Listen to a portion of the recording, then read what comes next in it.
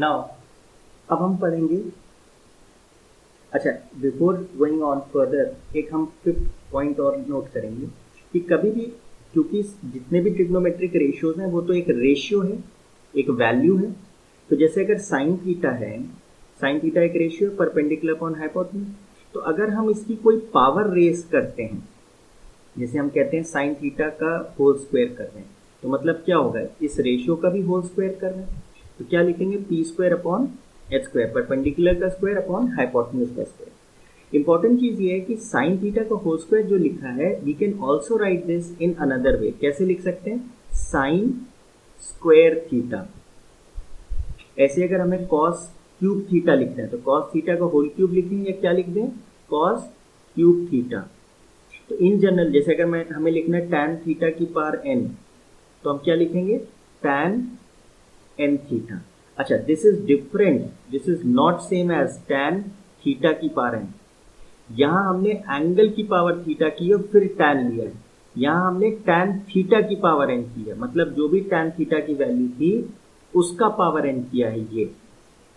यहां हमने क्या किया है, पहले जो एंगल था उसको पावर रेज n की और फिर tan लिया, this is different. For example जैसे अगर हम कहें tan 45 degree raise to power 3, तो कैसे लिख देंगे, tan क्यूब 45 डिग्री।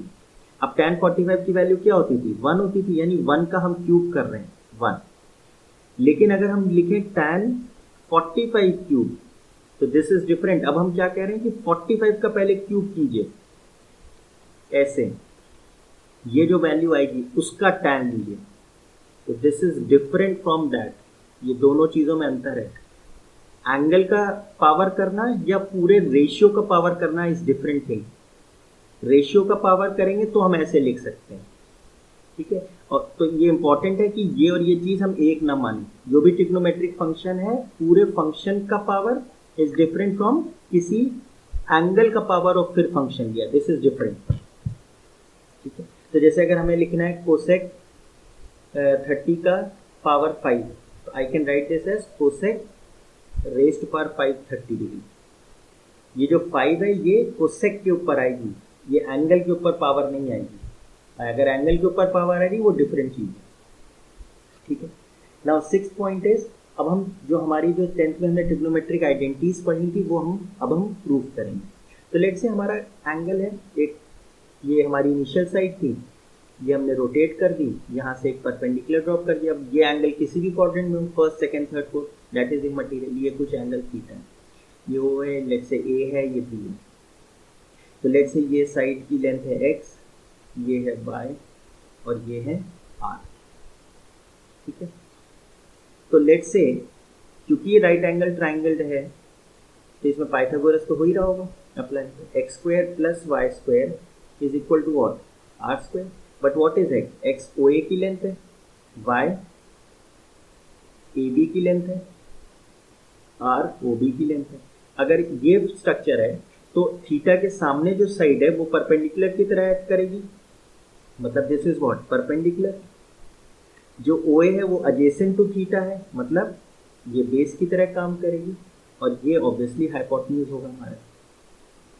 तो हमने क्या किया, स्टेप 1 हमने पूरी इक्वेशन लेट से आर स्क्वायर से डिवाइड कर दी, तो X square upon R square, Y square upon R square, R square upon R square, तो आर स्क्वायर से आर स्क्वायर गया 1 आया।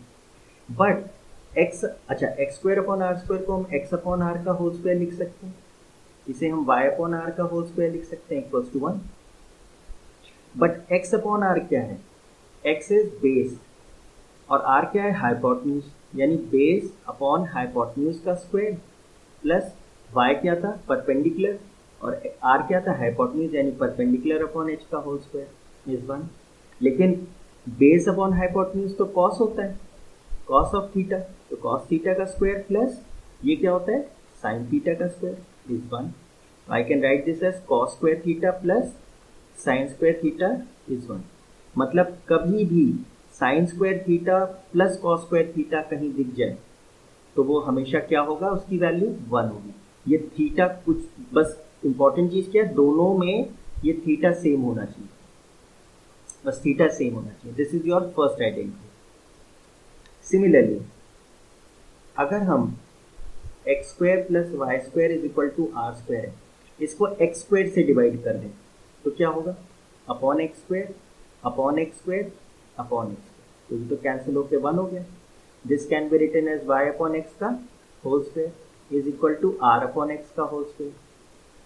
अब y हमारे लिए क्या था, परपेंडिकुलर था, x हमारे लिए बेस था, देन r आपके लिए हाइपोटेन्यूज था और x बेस था। तो परपेंडिकुलर अपॉन बेस क्या रेशियो होता था, tan थीटा, तो दिस इज tan थीटा का होल स्क्वायर।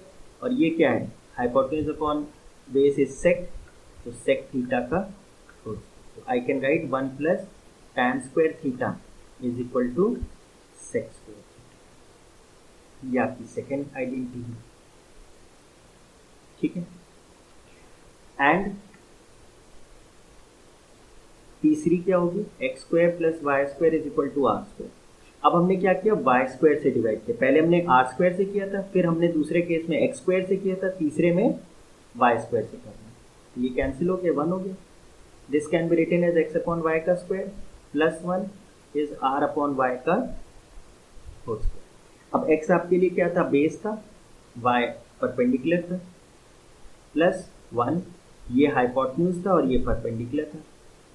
तो बेस अपॉन परपेंडिकुलर क्या था, कॉट थीटा का स्क्वायर प्लस 1, और हाइपोटेन्यूज अपॉन परपेंडिकुलर कोसेक था, कोसेक थीटा का स्क्वायर।